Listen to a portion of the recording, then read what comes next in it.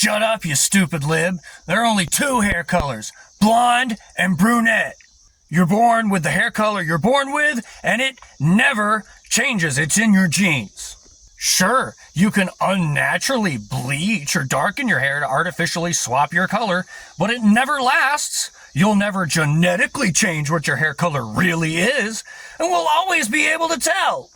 I mean, just look at those roots. And the carpet doesn't match the drapes. Transcolorism is just a lie made up to get you to abandon God. Hair dye is just a pointless, grotesque, temporary self-indulgence. You really shouldn't wave your mismatched roots around in front of children like that, you pervert. Nobody wants to think about you pleasuring yourself by being happy with your body by having the hair color you want it to have. You're just grooming kids to be body modders like you by showing off that vile stuff in public. It should be kept behind closed doors. Or better yet, people like you should be locked up in an insane asylum. If you'd lie to everyone by changing your hair color, who knows what else you're capable of? Next, you'll be eating babies, or sewing animal parts into your body, or impregnating furniture. Dyers are clearly mentally ill. What? No, redheads are just a myth made up by stupid libs like you, trying to confuse people and make them believe there are more than two hair colors. But that's just commie propaganda. Even if they did exist, they'd be abominations just like the people who dye their hair. I mean, God said, let there be light and dark were divided. Anything that blends the two would have to be the work of Satan. Now, I'm not advocating for modifying people against their will. I was just saying, if someone somehow was born a redhead, it'd be a blessing if someone medically fixed them to be a good blonde like God intended. What? Nah, that wouldn't be dyeing their hair or modifying their bodies like those disgusting trans colors do to themselves.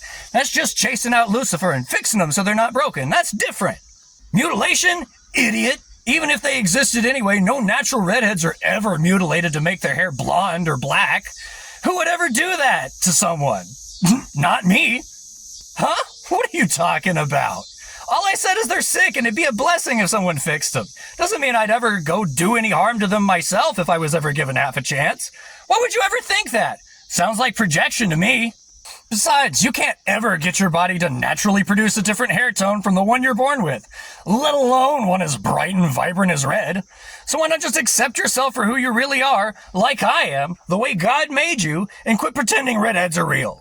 This is a real crisis we've got here. You're crying over things happening to imaginary redheads. Things those imaginary not people definitely deserve for being redheads. While we have real hair-dyeing, groomer, body-modding trans colors out here trying to corrupt our children, burn down our mystical country, and fist-fuck our God in the tailhole. We can't let them exist! But I'd never heard a trans-colored person. You're thinking of those evil Muslims. Now they want to behead you.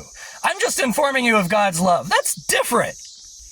This has been a post about conservatards, transphobia, and intersex people who are every bit as common as redheads. Good day.